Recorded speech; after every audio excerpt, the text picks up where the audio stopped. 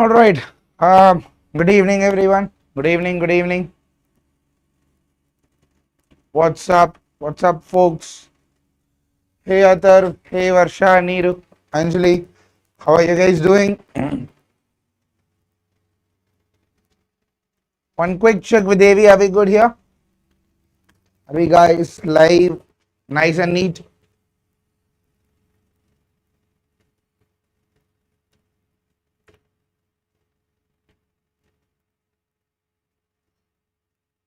Yeah, this is in English. Yes, Pooja. On the English channel, the session will go out in English. Yes. Hey, we sorted. Yup, great. So without any further ado, let's get started. So I've been noticing that in the last few sessions we have been doing arithmetic questions, very specifically from PYQs last few years. So we have done 2025, we did 2024. Now it's high time that we go and do 2023 slot 1 arithmetic. Right, nice paper. Long time no see. Hey, Atav. Yes, obviously. You haven't met in a long time. I hope you guys are doing great. All right. So we'll be doing 2021, 2023 arithmetic. Um, to give you some context, 2023 we consider quant to be one of the toughest papers. It was a nightmare. Like beautiful questions, nice and neat questions. But then the arithmetic questions were still doable. Some of those questions were challenging, but then definitely on the doable range. So we'll see how difficult it were, how well you have prepared. So I'll give you time for every question, the same standard template that we follow. 3 minutes for you to look into it and see what you can do around it. The decision making should happen by the 3 minutes. Am I dumping this, doing it, or I'm gonna mark it for review? I'm giving you 3 minutes each question, and after those 3 minutes, I will jump in and I'll start solving the question. So we have 6 questions for the day. We'll cover all 6 questions and we'll have some key takeaways from that, right? So let's get into this. So the first question over here, have a look at that.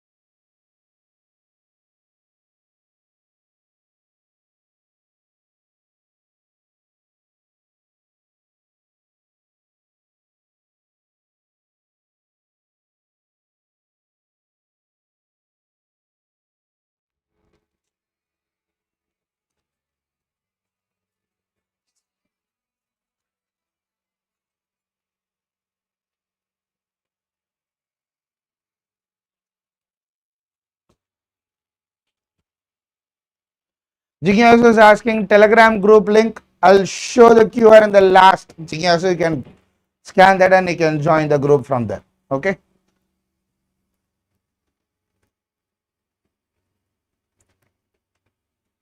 Right. This is a nice question.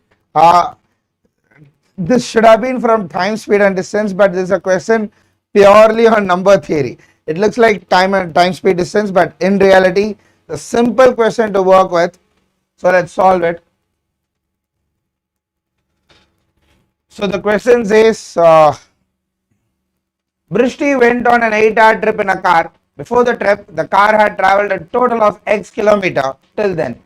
So there was some X kilometers that has already been traveled, where X is a whole number and palindromic. What is palindrome? The number is the same. 1, 2, 3, 2, 1. Reverse it is 1, 2, 3, 2, 1. So that remains unchanged when the digits are reversed. At the end of the trip, the car had traveled a total of 26862 till then. This number again being palindromic. From x, something was added and it has become 26862, which again is a palindrome. Right? If Brishti never drove more than 110 km per hour, the greatest possible average speed at which she drove during the trip is. So she is typically getting added 8s. Her average speed for 8 x plus 8s gives me this. That I have numbers. I can carve out multiple palindromes lesser than this. But very specifically, I have been given 4 values. So I just want to do 8 times this value, whether it's a palindrome. If you have the knack of looking at numbers and getting it done, I would straight away say B is my answer. Not even spending time with this, because 862 subtract 800 is 260 palindrome. So 100 works. The moment I know 100 works, I'm very certain of the fact no other option should. If there are other options, then the question is incorrect, right? So taking that, voice.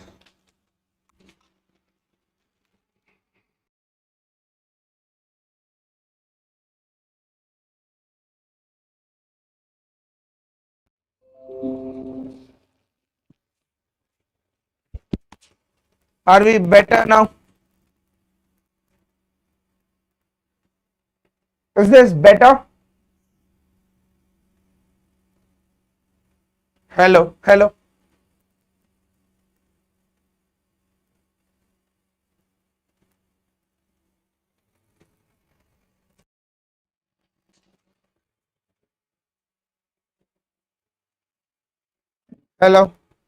Yep, I think this should be better now. Yeah, great. That's the key. Let's take an option. 8 subtracted from here, you're through. I already know 100, but for the sake of verification, I'm going to do all 4.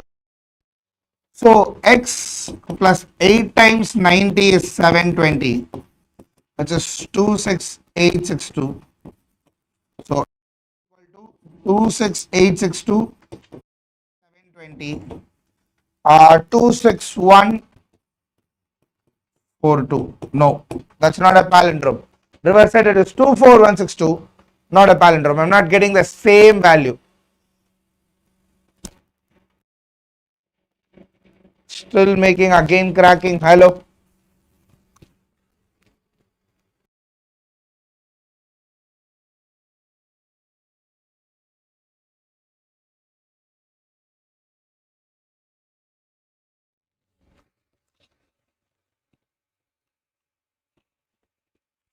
Hello. Are we back? Are we better? A quick check once again.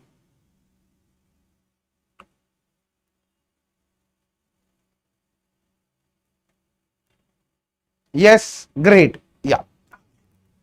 So not A. X is equal to 26862 minus 8 times 100 is 800. 26062. Yes. This is a palindrome. I know it. Or x is equal to 26862 minus 8 times this value is 640. Subtract this is 26222. Yes. No, not a palindrome again. X is equal to 26862 minus 880. That will be 27982. No, none of them are working. Answer B. Right. So I'm going to run through this again. The idea is that x plus 8 times the average speed is a palindrome. So my x is also a palindrome. This is a palindrome. This is also a palindrome. So x is equal to 26862 minus 8s. That's all I need. and that needs to be a palindrome. So I'm taking, these are all speeds given, 8 times the speed is taken, subtracted from here, and I'm verifying whether my resultant is also a palindrome. It worked only for this 100. The other 3 options did not do that. This is supposed to be a time speed distance question, but in reality, it plays with numbers beautifully and makes it a little better. So that's what 2023 was all about. All the topics were mixed in one way or the other, and we happen to find that to be super tough than any other papers in the last 6 years. Take from 2020 to 2025, the last 6 years, definitely if someone rates the toughest papers to easiest, I can tell you hands down, all teachers, all professors will start with saying 2023 was the toughest. That was that tough, right? If this is theta question, how can I approach? There is no way to solve this question if this were theta, because check this out. Subtract 100, 26762, 200, 26662, 26562, 26462. I can carve out n number of possibilities. It cannot be a theta question. If that's a theta question, you might want to come up with saying speed is an integer, minimum possible value. You can tell me what could be the minimum possible value. I'll work around with that. But apart from that, there is no solid way to solve this question as a theta question, right? Well, we'll jump on to the next question then. Have a crack at this. Again, 3 minutes. Go for it.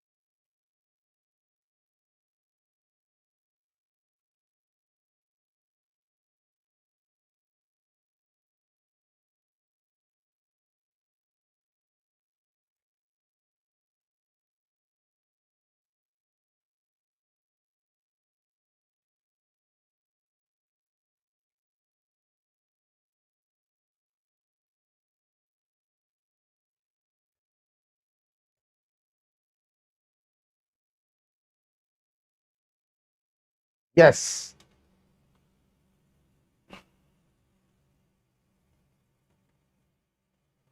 Sir, forgot it. I'm giving you a little more time. This one's challenging. I told you 3 minutes, but then I'm giving you a slightly little more time because I'm not looking at answers. Okay. One says A, someone says C, someone says B. Nice. Which one is the right answer? Now, what topic does it come under in the first place? Can someone tell me? What topic does it come under technically? When you read the question, you'll have a feeling like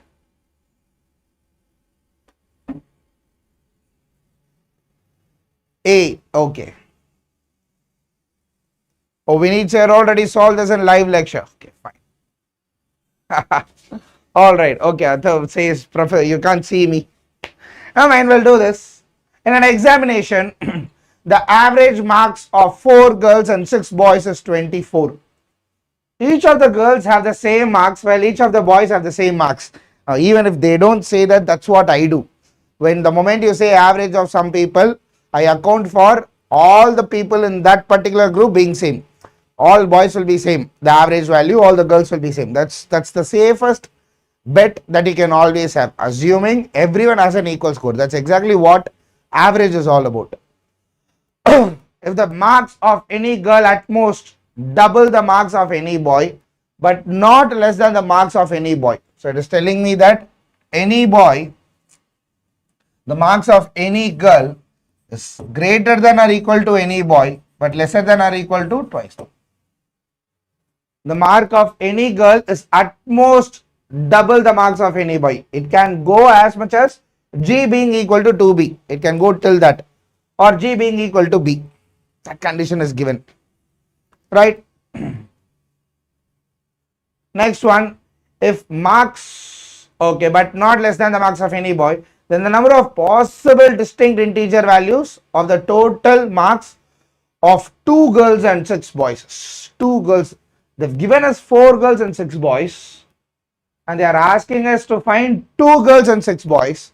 I'm noticing that 4 girls plus 6 boys total has to be 240.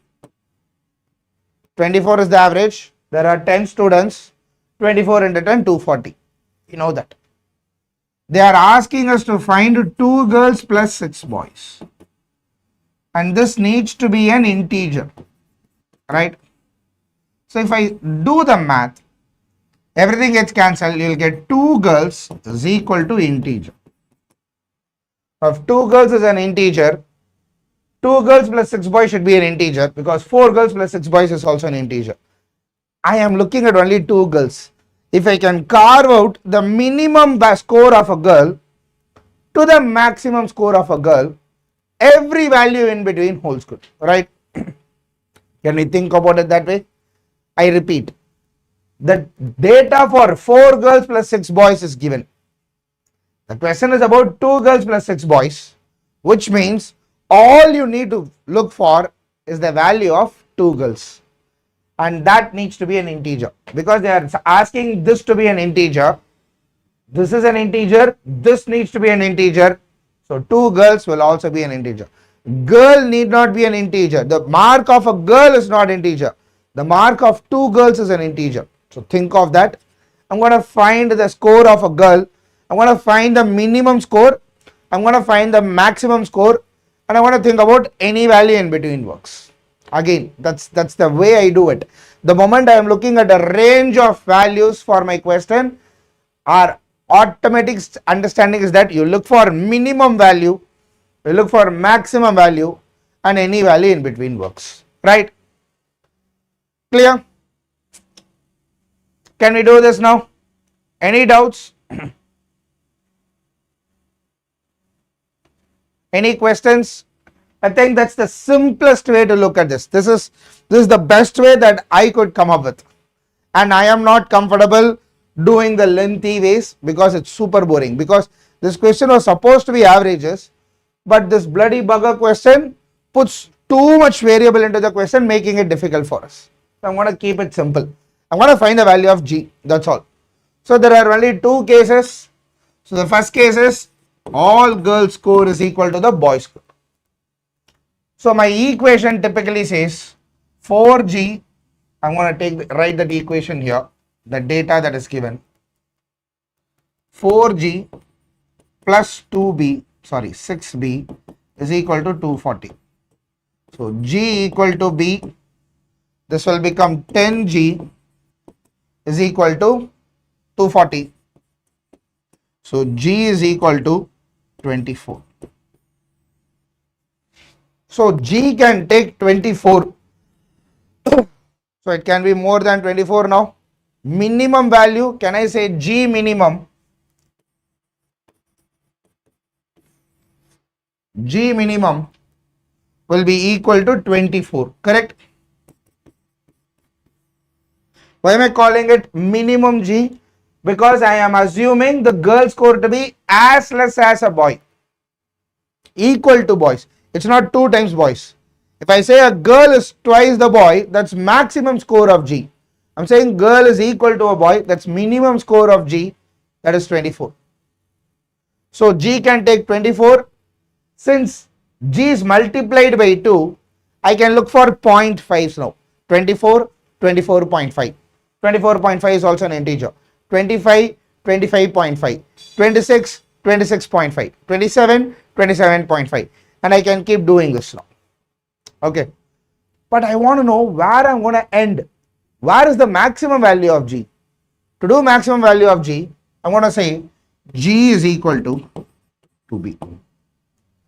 The value of each girl is equal to 2B. So 2 boys is equal to a girl. I'm looking for girls.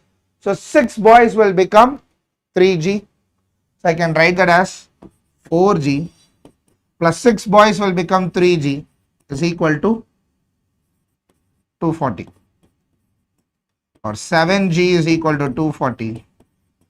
G max will be 240 by 7. The maximum value that G can take is 240 by 7. I want to look at this in a decimal value. So what is the decimal value here? 210 is 30 times, remaining 30, 34.2. This value is 34.2. Which means my G value starts with 24, 24.5, 25, 25.5, goes only till 34 because there is no 34.5. The last value that G can take is 34.2, which means go till 34, can't go beyond 34. So starting from 24 to 34, how many values do we have? 24 to 34, the integral values alone is 11. So 24 to 34, 10 plus 1, 11. And there are 0.5s in between every value, every integer. So that's another 10. I'm looking at 21 values. That will be our answer. Clear? Are you getting this? I'm pretty sure everyone has a different way of looking at this. This is my way of looking at it. It made it a little easy for me. I wrapped my head around it and then said, all I need to do is find the value of G. Look for all values of G that will give me an integer here. I said, okay, find G. That's my answer. And we did that. Clear?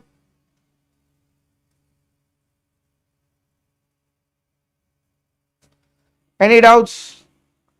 So that will be answer option. Are we good here? Any questions? Shall we hop on to the next question then?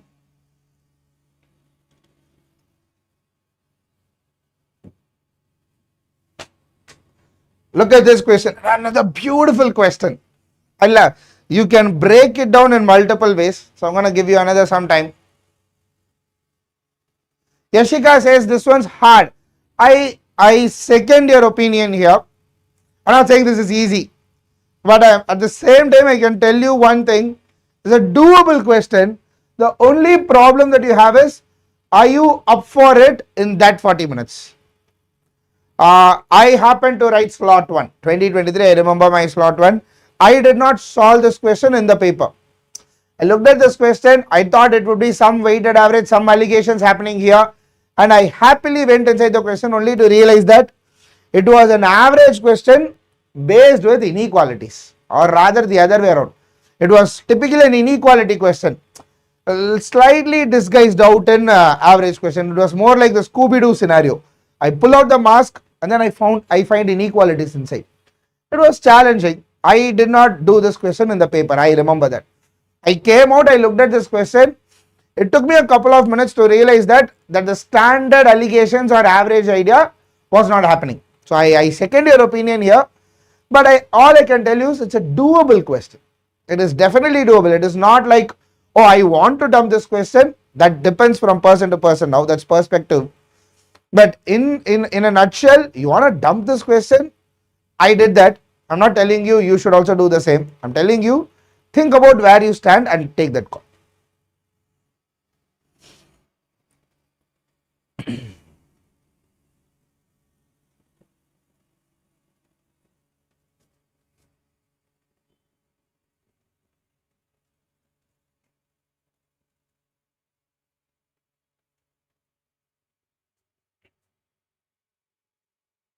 Right. We'll do this one now. Should I give you a little more time or should we? This one's easy. Anyone who has attended mixtures class with me, I've literally killed the questions of this type. Like I've done questions of these type over and again that the question is dead typically. Let's do this. A mixture P is formed by removing a certain amount of coffee from a coffee jar and replacing the same amount with cocoa powder. The same amount is again removed from the mixture and replaced with same amount of cocoa powder to form a new mixture Q. The ratio of coffee and cocoa in mixture Q is 16:9 and the ratio of cocoa in mixture P to that of Q. So to visualize this, I'm going to think about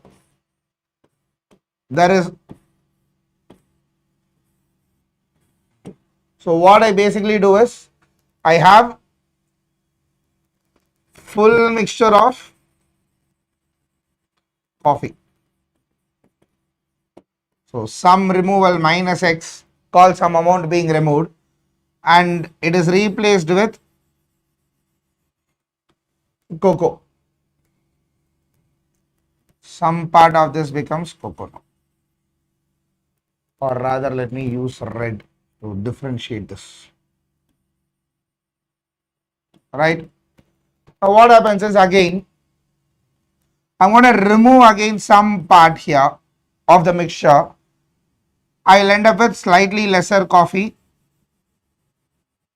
and then there will be slightly more cocoa in it. Right? This is exactly what is being asked here. Yes.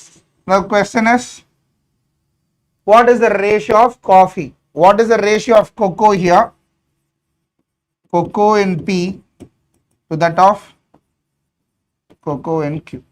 That's the ratio that's given. There are two ways. One way, obviously, plug in your formula and run it through. What is the formula? Concentration formula will be C is equal to 1 minus Y the whole power n. Visit mixtures class to understand why this is being written. That's a formula that we use. When we do that, what is the concentration of coffee in the final mixture? There are 25 parts in total, out of which 16 parts is coffee. So I'm going to write it as 16 by 25 is equal to 1 minus Y the whole power n, whole power 2 now. Why 2? I'm doing this procedure twice. So solving for this, you will get 1 minus Y is equal to 4 by 5 or Y is equal to 1 by 5, which means 20% replaced every time. 20% replaced every time. So Y out of the entire lot, I'm visualizing this as out of the entire lot, 1/5 is removed. So in mixture P, after the removal, 1/5 of the mixture is going to be cocoa. You remove 1/5, obviously you have added 1/5 of cocoa. So the first mixture, it is 1/5. What about the second mixture Q here? In Q, I notice that out of 625 parts, 9 parts is cocoa. I'm not even going to do the math. I'm saying out of 16 plus 9, 25 parts, 9 parts is cocoa, which tells us out of the entire 25 parts, 9 is cocoa. Take the LCM now. This is 5. 5 goes over here. 5 is to 9. Answer option C. Simple idea to work with. Deadbeat question.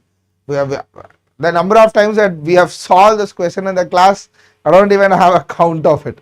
That many times we did over repetitively. So concentration questions are nice. Go for it. Do it. Every year there is invariably one concentration question in at least one of the slots. This is a topic that's inevitable. Next to Thanos, mixtures, time, speed, distance, time and work happens to be the 3 infinity stones of cat. They are inevitable. They happen every year. So get your hands on them. Get comfortable. Right? Any doubts? The other way to work around this would probably be looking at initial, mixture P, mixture Q, coffee, cocoa. The other way I think about is this. In the final mixture, 16 parts coffee, 9 parts cocoa, which means my total is 25. Right? Now I'm understanding that, okay, here also it should have been 25. Here also initially it should be 25. Mixture P also 25, mixture Q also 25. Initially there are no cocoa. Initially absolutely no cocoa. So this will become 25 into 0. 0 parts of cocoa, 25 parts of coffee. So when you replace, you know that some part is lost, right? Some part of this lost. So I am going to remove some x of this, and from here again some x of this. So can I write this as 25x square is equal to 16. What is x? The multiplication factor. Some part is being removed, right? Some percentage of that is removed. Call it x. So 25x square is equal to 16. X square is equal to 4 by 5. What do you mean by x square is 4 by 5? It is telling you that you are retaining 4/5 of that. You are only retaining 4/5 of that. Retain 4/5 of this, there is a value. Retain 4/5 of that, you get 16. That's it. So 4 by 5 into 25, this will become 20. 25 total, 5 parts here. That's all. You can think about it that way. This is more logical. Now, and I like this more than the formula, but I know most of you will stick here because it's convenient. Fall for one, get comfortable with that. Right? Any doubts?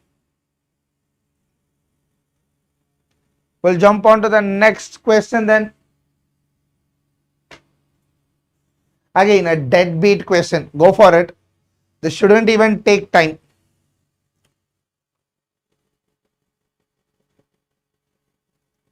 Class is over. We just started. We're barely 35 minutes into the class.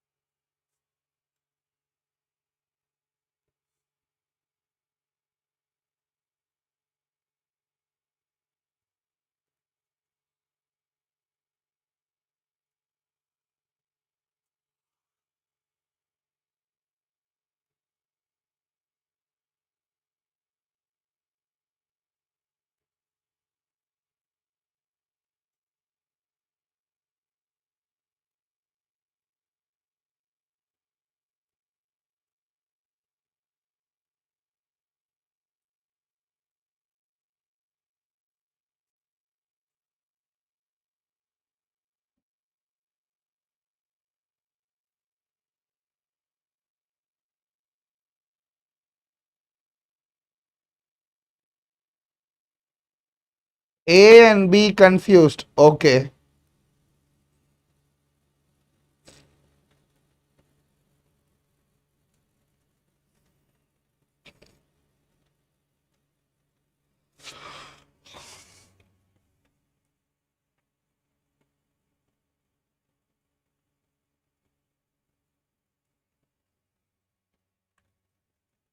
B, sure. Okay.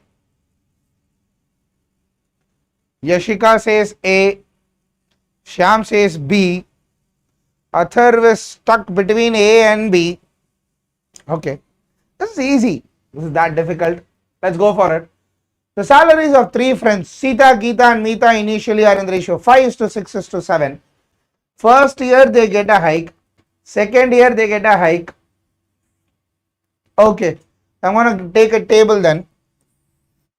So there are 3 years.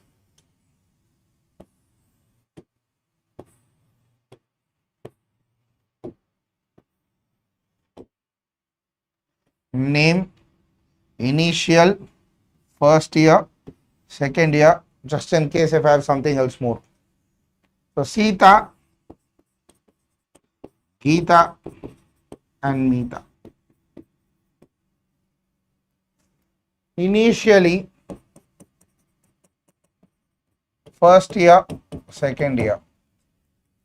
Initially they were 5x, 6x, 7x.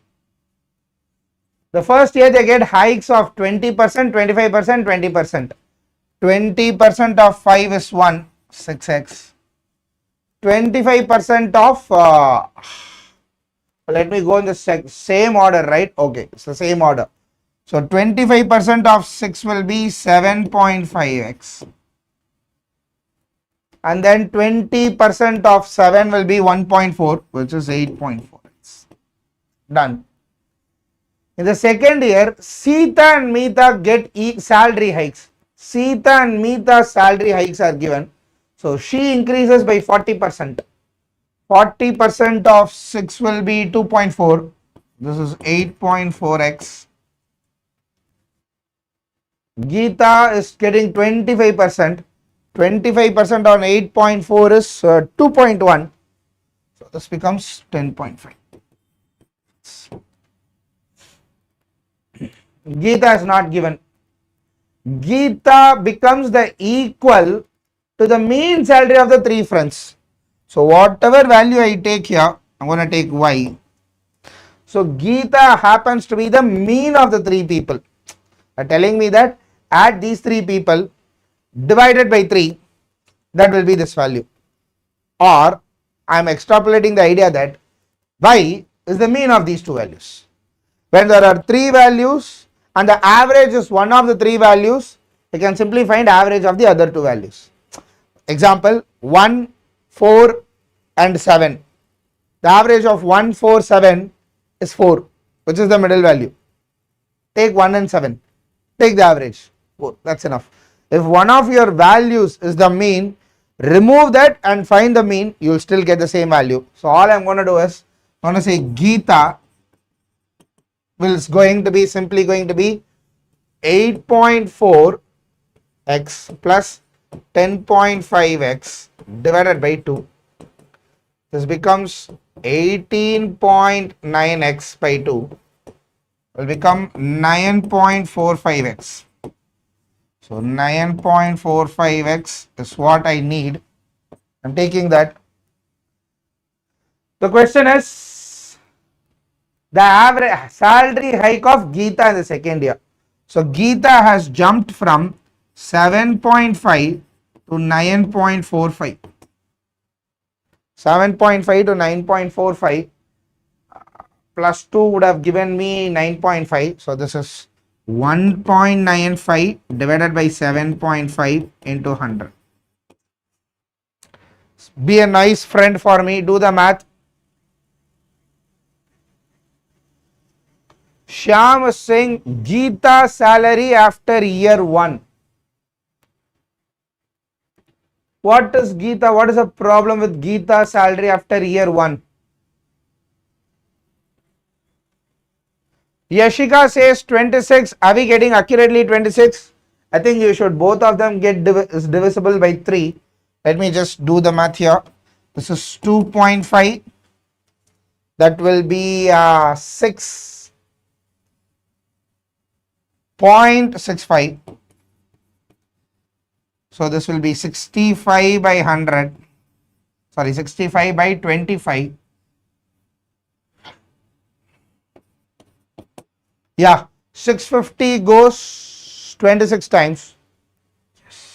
I think we are perfect. 0.65 by 2.5. So 65 by 2.5, 26 it is. Perfect. Yep. I just wanted to verify it for myself. I also want to improve my math skills, right? Any doubts? Shyam has a problem. Shyam, what's your concern, Shyam? I don't see a mistake here. If you see a mistake, feel free to tell me. I don't think there are any issues with the question or the solution for that fact. Right. So hopping on to the next question. Another nice question. These are questions that I happily solved. I remember, I can recall that.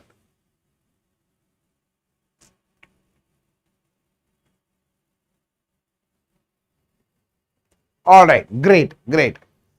Go for this question. Let's talk.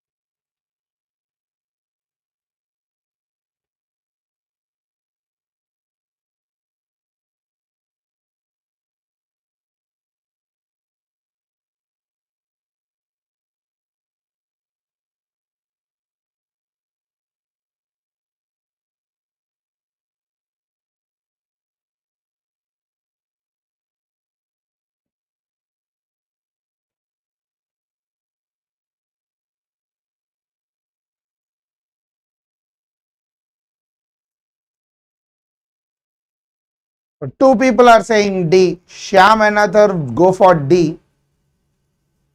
Just waiting for a minute or two before I start solving this one again.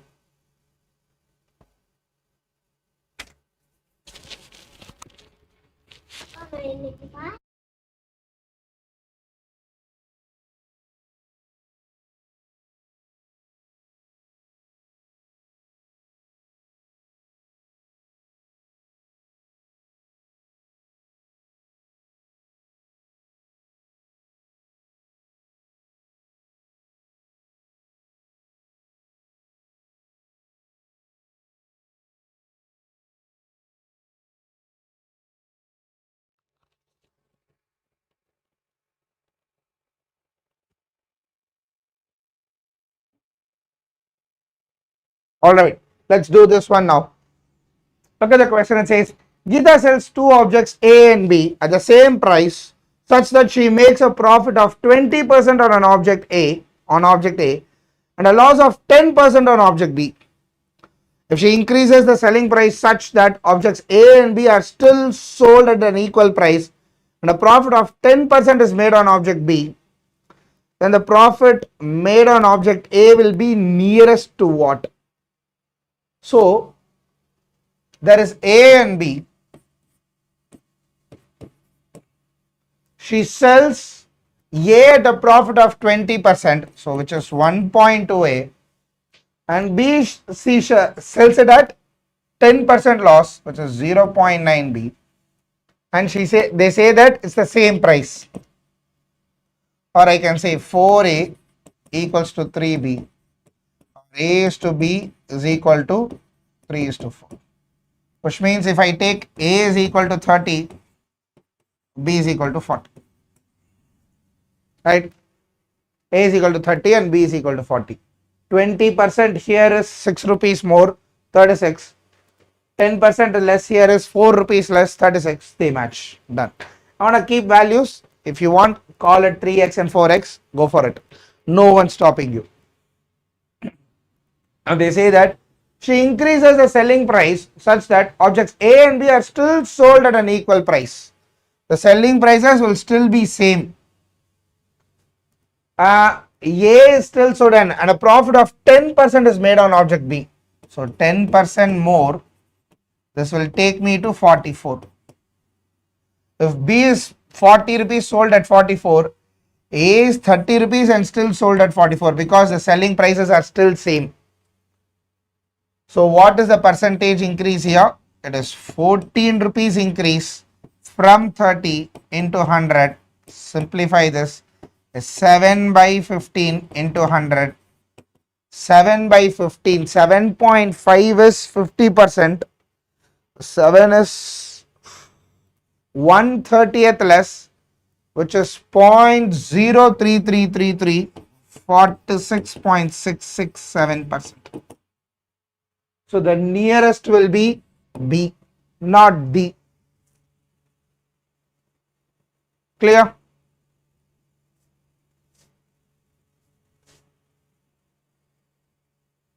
Any doubts? Question 5 is not D, it is B, Athar and Shyam. Right, nice question. This wasn't that tough actually. But the problem we always have is in a panic mode, we flunk. Don't get into that panic mode. Stay awake, stay positive, start doing more questions, get better. Right? Last question for the day. We're just going to do one more and then we'll sign off. Deadbeat question once again. Jump into this, solve it. Let's talk.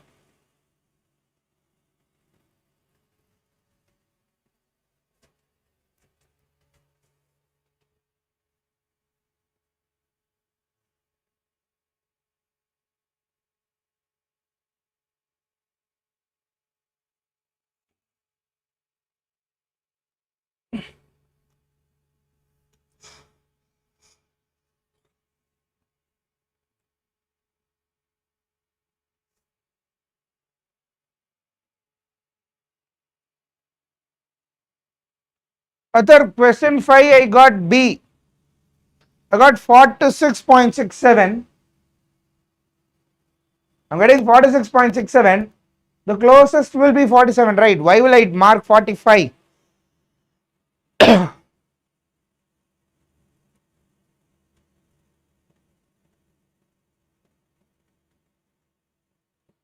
Yes. Where is 46 closer to? 47? Is the options wrong by any chance?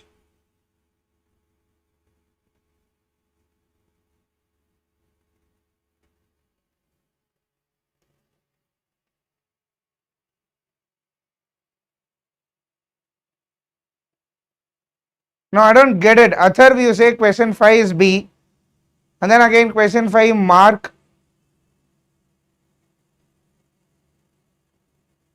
No, I don't get your messages. Not getting your statement. 47 it is. 20% more is 36, 10% less is 36. They match. Both of them are sold at profits at equal price. 10% more is 44. 14 here. 14 by 30 is 7.5. Less than, I'm getting 46. I don't get your questions. I don't get your doubt at all in the first place. Are you telling me 47 is incorrect?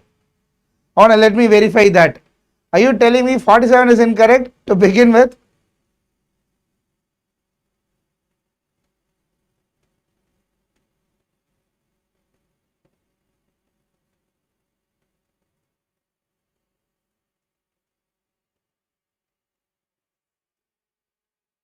I'm afraid not.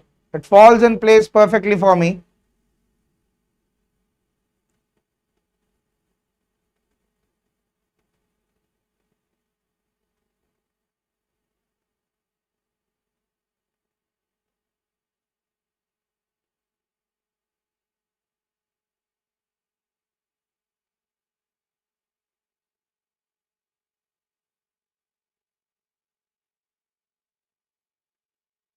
Forty-seven is correct. Yeah. We'll do this one, the last one for the day, and then we'll wrap up. Nice question. This question has got nothing to do with, like, it gets solved in 2 steps. These are questions that are the reason that I would love to stick with arithmetic, and I recommend people to stick with arithmetic. Sometimes you get the simplest questions here, and practicing them over and again, you get this muscle memory of looking at the data and then writing the equation straight away. So let's do this.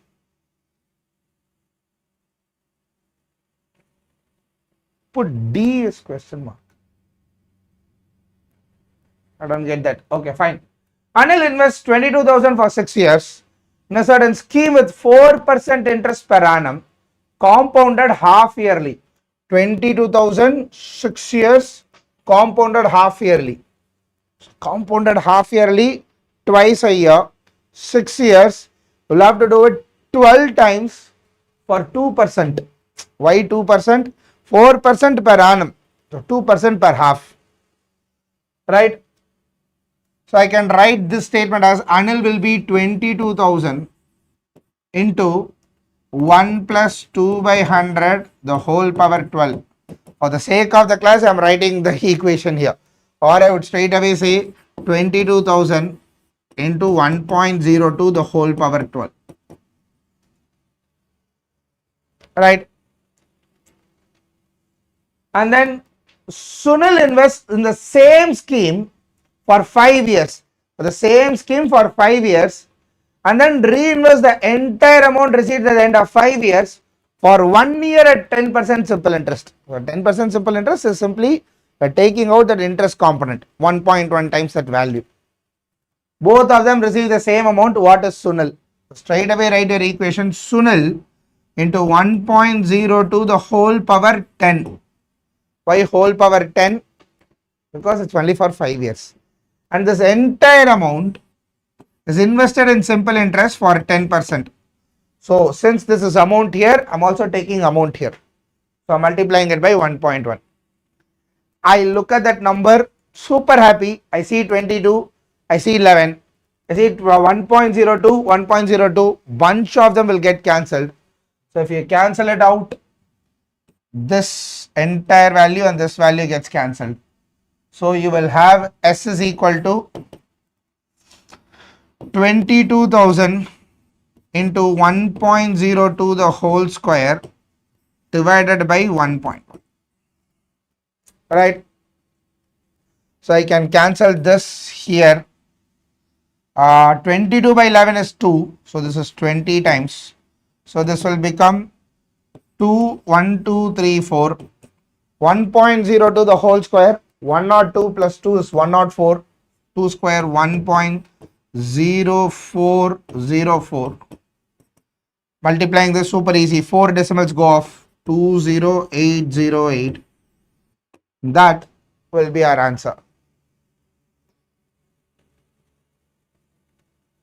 Right?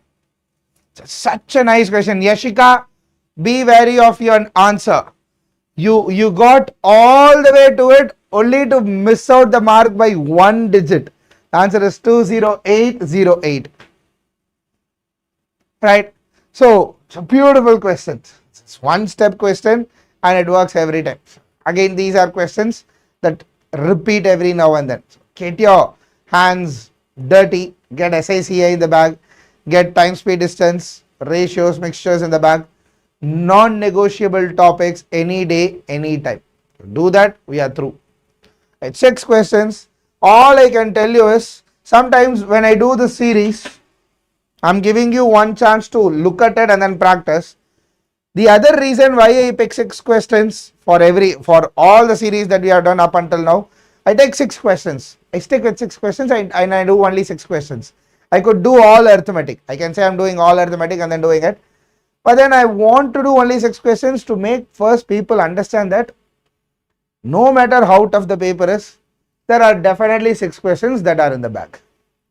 That's the mindset that you go for. Start with 6 and that's a nice number. 18 marks in the bag. 40 minutes, 6 questions. For the next few mocks, you can also change that to a strategy. For next 2-3 mocks, your standard mind will be, I am doing exactly 6 questions. I am breaking the time, I am breaking the metric here. It's not 22 questions for me, it is 6 questions for me. 6 questions, 100% accuracy. The moment you get that in the bag thrice or twice, you will start having a feeling, now I can do one more question. You can add that later. Sometimes what happens is people think about, oh, this paper was easy, let me do a few more questions. No, fix to that standard. No matter, be it a mock, be it your actual cat, I can put my hands down and say, anywhere you get a mock from, there are definitely 6 questions in the bag that you can do, that you should do. Learn that. Have that strategy first. Later on say, okay, I've got 6 questions for sure, the last 3 mocks. Now my target will be 7 or 8. But again, don't chase that number. Let that happen organically. Let it happen organically. Do not attempt more than 10. Get 8 in the bag. Get 8 in the bag. 80% accuracy and you are attempting 8 questions, getting 8 questions right. Excellent spot to be in. You are definitely getting 22 now. Puts you comfortably in the 97, 98, 99. You might want to tweak your strategy this way or that way. How to manage time? Managing time is simple. You go with the mindset of not overdoing it. Once you do that, you'll start saving time. Okay? Any doubts? Adarsh is asking why we equate both. Nakul is asking why are we equating both? Nakul, look at the statement. Sunil does this if the amounts received by both at the end of 6 years are same. Nakul, it says it is same. The question has mentioned. Clear? Shyam is asking me to explain question 5 one more time. I'm surprised you are finding question 5 difficult. Question 5 probably is the easiest of the lot. Look at the question. Are you clear with this ratio part? 20% profit on A, 10% loss on B, the values are equal. I'm extrapolating the ratio here. I'm saying A is 30 rupees, B is 40 rupees. A is 30 and B is 40. It says that both of them are sold at profits only and the selling price are still equal. It says that if she increases the selling price such that objects A and B are still sold at an equal price. So selling price should be equal, but B is sold at 10% profit. So from 40 rupees I make 10% more, that becomes 44. So buy at 30, sell at 44 is still profit. What is the profit? 14 rupees profit from 30 rupees. So 14 by 30 I get 46.67, which is 47%. That's all. End of story here. Clear? Any doubts? Nice ideas, nice strategies. Keep adding layers to your preparation. A lot of times people think about preparation for CAT is like a marathon. No, I tell people preparation for CAT is like a bedrock. You add layers. Visualize this. Prehistoric animals, all dinosaurs, fossils, everything get layered by something, get layered by something, get layered by something, get layered by something, and then tar road on top of it. That's how layers are formed. So it's layer by layer, deck by deck. You cannot straight away put the top road. You need to excavate, dig, foundation, establish that, and then add on to that. You don't run. It's not linear. People think about preparation as a linear curve. It's never linear. It's exponential. At some point there is saturation. You need to account for that as well. You do that, get something in the bag before you start doing mocks. When you do mocks, ensure that you pick some 5 to 6 questions to battle with, not more. Add layers from there. That's enough. Right? Any doubts?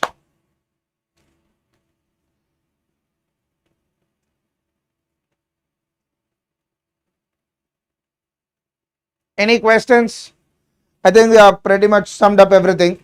See you in the next class with a few more questions and a few exciting ways to solve them.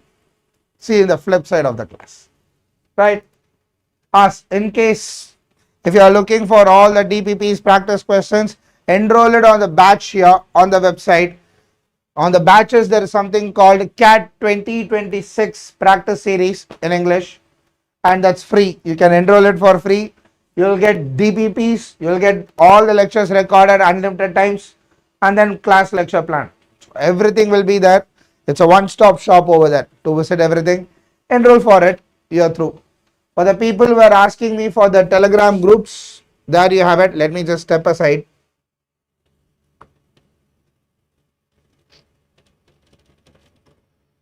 Which book can be used for reference? Obviously the PW books come handy. You can do that. You can definitely do that. I'm not a big fan of book solving. It has never been in my head about book solving. But then there are definitely some recommendations. Do check out with the peer group. They will probably have a lot of ideas, because I don't know if I have never been a book guy. The last time I had a book in my hand was when I did my UG. Even for my PGs, I barely touched any books or notebooks. I'm not really a guy to look into a book and solve. I don't know if I can give you the best answer, and my best answer might vary. So obviously I will say PW books should be sufficient, but if you want to get another book, talk to the people. They should be able to give you some other recommendations that you can add to your bag, Basant. Go for it. Talk to the people, they will be able to give you a better idea about it. Right? In case if you are done, best wishes.